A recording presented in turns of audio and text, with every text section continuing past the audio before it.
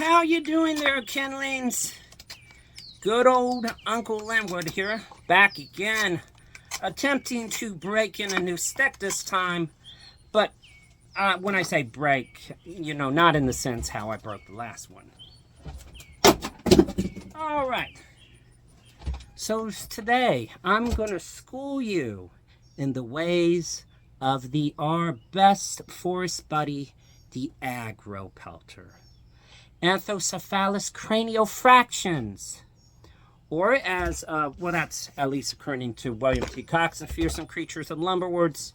However, interestingly enough, in Henry H. Tryon's Fearsome Critters, he is Brachypotentes craniofraction. So somehow, between these two books, they are completely different genuses, but the same species. Which is, you know, really, it's tall tales. Expect weird. That's a plank. This is not edited. It's spontaneous. Expect interruptions. Haha.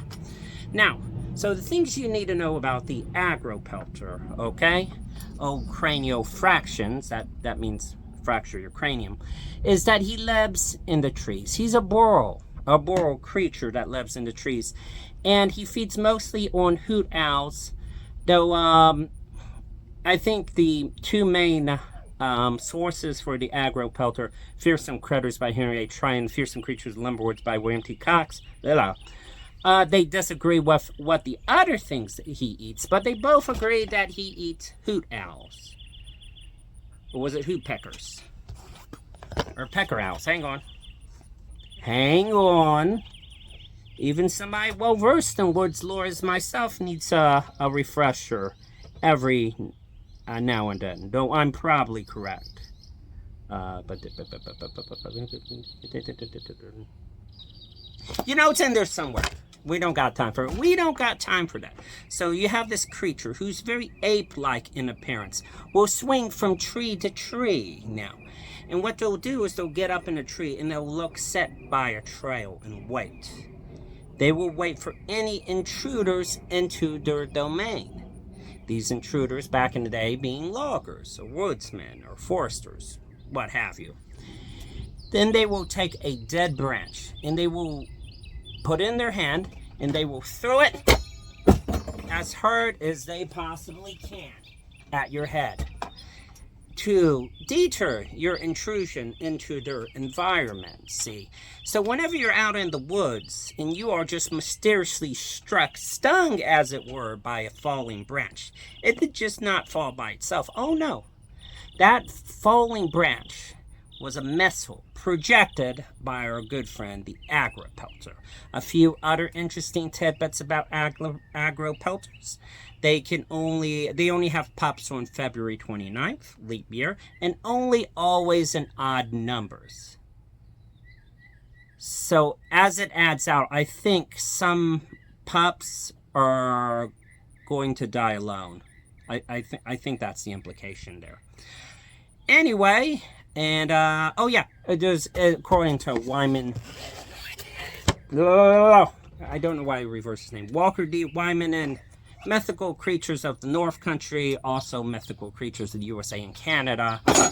At one point, they were actually very tame creatures, and they were small, and you could put them in your little shirt pocket, a little Mackinac pocket there, and you could carry them around. But eventually, people began taking them, and then, there were hardly no Agropelters left. So what did the lumberjacks do? They taught them to be vicious and territorial, and generally just teed off most of the time. It's a loose cannon. Not literally, but figuratively. And the other thing about Agropelters, the name, some might think that Agropelter as an aggro, being highly agitated, upset, enraged, which is common in, gaming terms, also common in, British and Australian English.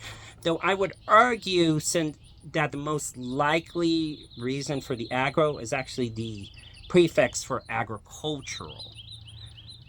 well, not necessarily agricultural. Okay, so when you use agro in a context, it usually means agricultural, but the actual definition for the prefix agro, I believe, is from the field or like the earth, from nature. It's a nature's pelter.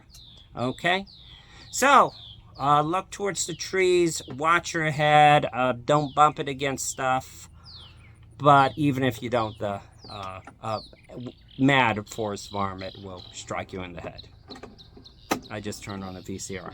Okay, I know you expected this more uplifting, more concise and coherent. not if you've seen these videos. But it's only 10 degrees less than it was the last time that I recorded something in here. And granted, those are important 10 degrees, but it only gives me so much time. So until next time, onward, and hence first, and header, and erst long, and believe in God and Gloven. All right, y'all have fun.